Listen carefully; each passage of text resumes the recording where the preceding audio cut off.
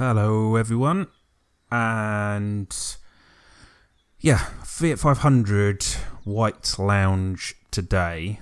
If you've seen my previous video, you'll know that I picked this up with very little damage.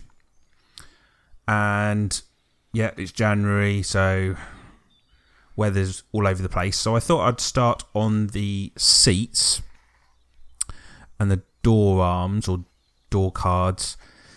Lounge seats, just Fiat 500s just, don't know, they just attract mess. And unfortunately, maybe in these videos you can't really see how bad they are, but they're just bad. I don't know how. I mean, technically the car's, 11 years old, but so the first job was to get these seats done, partly as well because drying them when they're in the car just takes a very long time.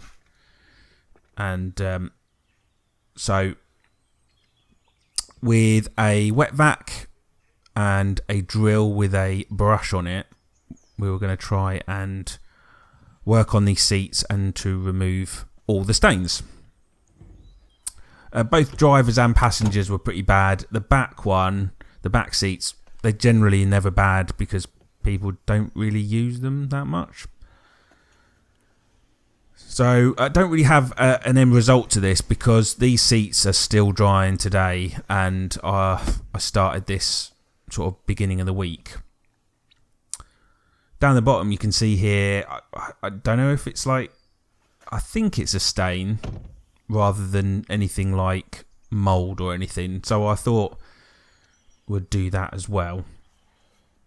And obviously with the dirt from the seats, there's always a risk that you'll uncover some sort of holes or cuts or something. But luckily, the seats are in really good condition. So yeah, it's just a case now of waiting. Well, I don't know what's going to happen because the weather isn't really getting any better. I think we're averaging sort of between 6 and 10 degrees at the moment, but they're just not really drying. So you can see that's the kind of water or colour of the water that we're getting from the wet vac, the bizzle. So yeah, it's pretty filthy.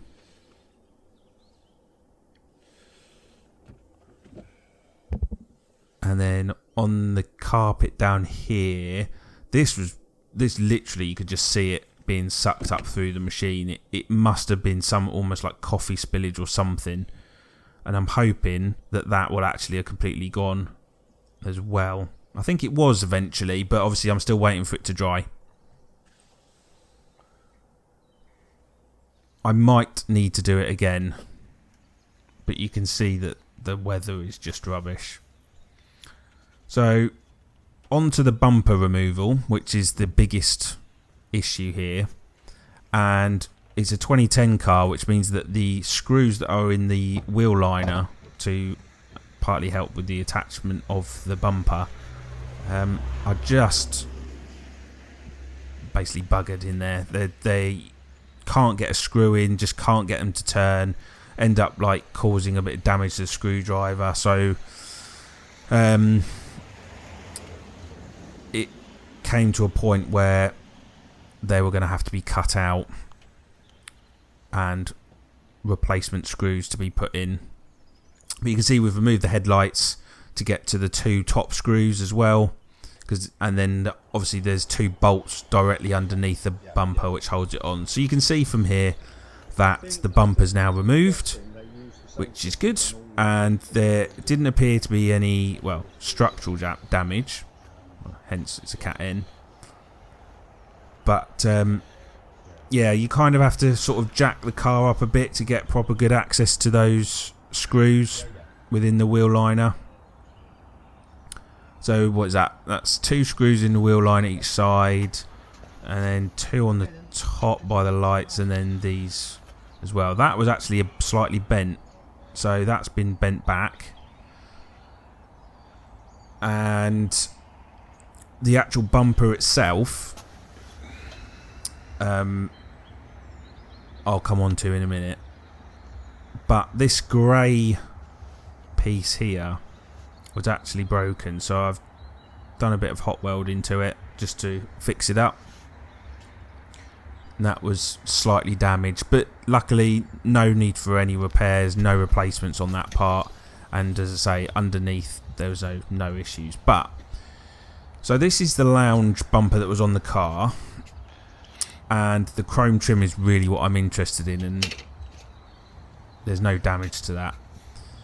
Trying to get a lounge bumper is really quite difficult. I say difficult, it's not, it's just they're really expensive.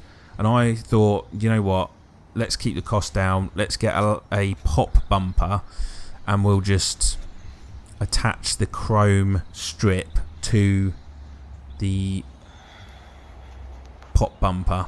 Unfortunately, that requires tabs, and there's no holes for those tabs, so I'll either do one or two things, which is cut holes into the bumper for the tabs, or we'll just end up just gluing the chrome bit to the bumper, but I'll come on to that at a later date. Now, with the car slowly being pulled apart, obviously the older the car, the more problems you have, and on a 2010 car you see that things start to rust, and you can have the shocks replaced and stuff, but this rear beam and where it holds the coil spring into it is just starting to show its age now. Potentially at some point this is going to need a new rear.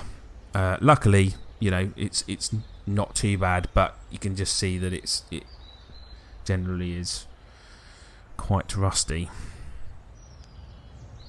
So we've got the wheels off. The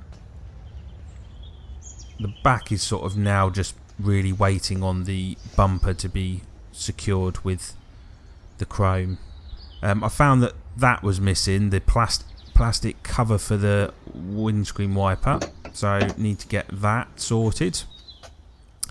And inside, I'll do a separate video on it, but as you know, the car came completely flat, and put the battery onto like a trickle charge, and it's just not really getting back to what it should be, and I have a feeling it may need a new one. Also, this cylinder was detached from the mounting as well, which could have come from when this belt was replaced, and it's been knocked because it was cable tied to it. So I need to sort that out. But yeah, so what maybe thought was, you know, really a completely ideal car is not necessarily the case. The new battery might need a new battery. I mean, it's £50 potentially for a new battery. It's 2017, so really it still should have a bit of life left in it. So I'm going to see how that one goes and work out whether or not we need a new battery. The bumper, as I said, that in this video is not going to be put on, but that is next on the list. And then we'll just show that all three are now back in one place. The black one just needs a proper good clean. The blue one, as you can see, and I'll obviously do a separate video on this, the rear is back to normal with a new tailgate and bumper, so that's good as well.